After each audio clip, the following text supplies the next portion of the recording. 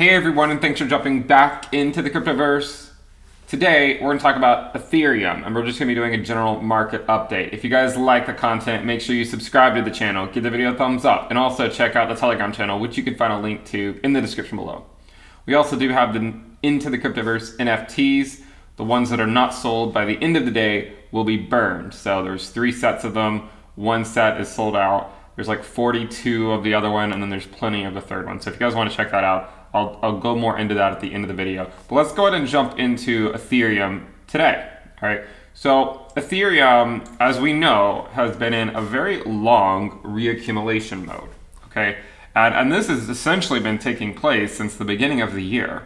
And if you remember, when we were heading up earlier this year, we speculated that we needed to have some type of a summer lull. That would make the most sense. That this rally would not get us to 10K. But that ultimately we would begin another rally that likely would get us to 10K. But in order to get to that rally, what did we need? We needed time, right? We needed 3 to 6 months, all right, before that rally could really begin. Now, we fast forward to today, all right, and you know, if you just take a measured move here of where Ethereum was back in February to today, we're talking about 259 days, where Ethereum was generally in this range, approximately 259 days. And we've seen these types of moves before, all right? We've covered this plenty of times before, but sometimes I find it useful to just continue to go over it so you guys know what I'm talking about. We've seen these moves. We saw us trend sideways at one point for half a year. Previously, we were able to trend sideways for a full year before breaking out sustainably to the upside. So we're sort of in between this one and this one in terms of consolidation length, all right? Now, I know some of you are probably saying, Ben, you know, we already broke the all-time high, right? We already broke the all-time high. Yeah, but there hasn't really been a follow-through yet, and that's what we want to see. If you go back to this cycle over here, we actually put in a new all-time high in June after an all-time high in March. But I feel like if you actually just take a step back and look at this, it still just looks like a long reaccumulation zone, even though technically speaking, we did put in a new all-time high a few months after this one, okay? So it's not to say that you can't put in a new all-time high, but I think the majority of market participants watching this video aren't concerned so much with a couple $100 move by Ethereum if it's going to put in a new all-time high. We want to see it move up by thousands of dollars, right? We're not getting out of bed for a $4,400 ETH at this point, considering that we went almost to $4,400 more than like about half a year ago. So I don't think it makes sense to, you know, to say, well, we're out of reaccumulation because we technically put in an all-time high. I think we look at this chart and we say, well, you know what? Technically speaking, Ethereum did put in a new all-time high. And what that tells me is that, again, the market is still relatively strong and that Ethereum will eventually move higher. At the current time, though, the path of, you know, I know a lot of people would like to just see this move, and there's a good chance that that move happens. Let's just go ahead and break through it. Maybe we break through it, and then we come back down and test it as support, and then we continue on. That would, of course, be a path that I think a lot of people could get on board with.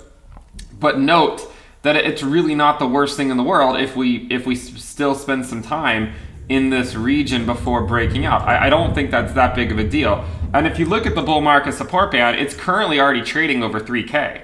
And Ethereum, I mean, again, it doesn't do the best job of respecting the bull market support band, but it did hold it in September, just like Bitcoin held it, all right?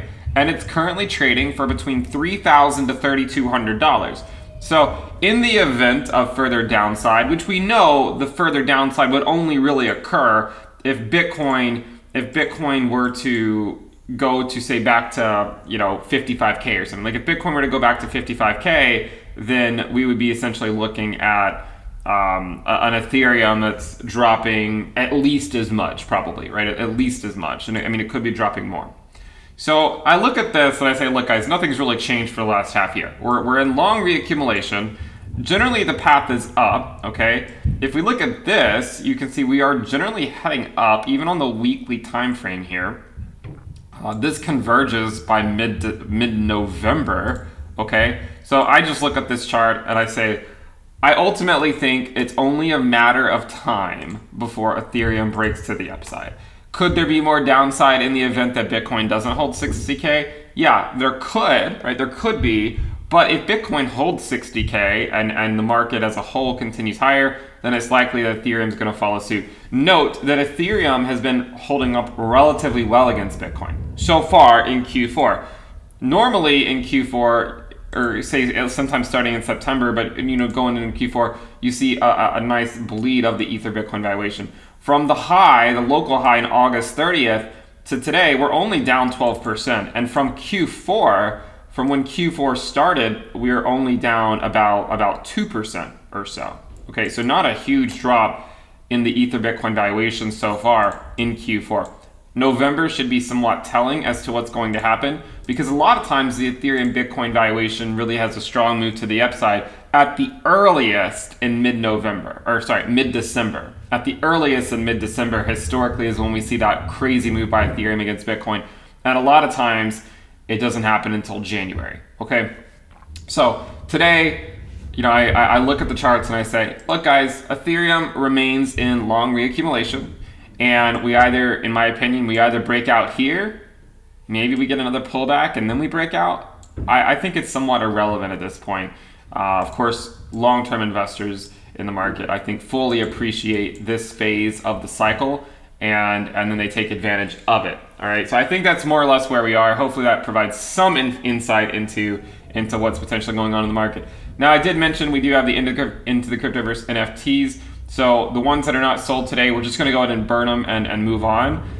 So check them out. You can find them in the description below. There was 3 of them. There was To The Moon, scheduling my interview and getting out of bed. The To The Moon one sold out almost immediately. The getting out of bed, I think there's like 40 something left. And then the scheduling my interview, there's plenty of them left. So if you want to pick one up, feel free to do so. If you haven't seen what it is, it's just this walkthrough sort of. So maybe turn your volume down if you're wearing headphones or something, because this can get kind of loud.